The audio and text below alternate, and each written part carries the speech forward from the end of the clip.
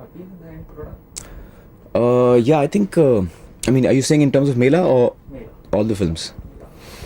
Yeah, I think Mela has shaped up pretty well.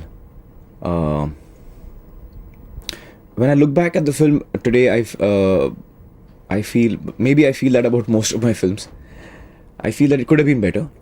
There are definitely areas where we could have improved on, but then that is there with every film. So that, strictly speaking, could have been better, but on the whole, I think it's turned out pretty well, and it was meant to be an entertainer, and I think it does that.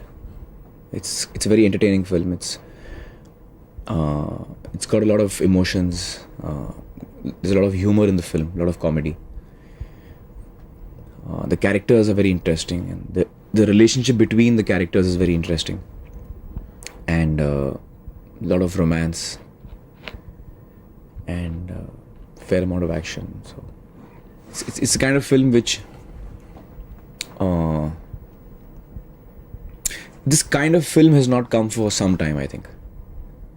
A film with a rural background, it's a very countryside film, a very holiday mood kind of a film, if you know what I mean.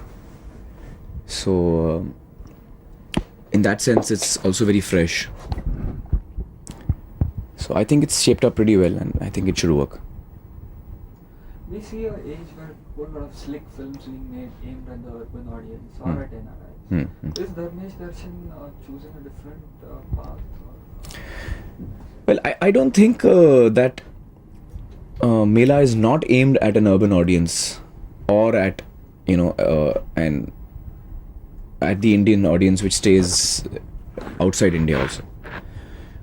Just because it's a film about a rural background does not mean it's not interesting for an urban audience to watch, if you know what I mean.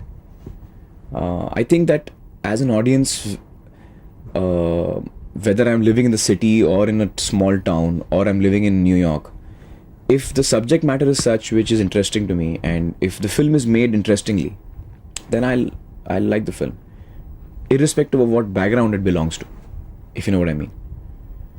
So if the film does well, it'll be because the film has been made well. If people don't like it, it'll not be because it's of a rural background. That won't be the reason of its failure, if it fails.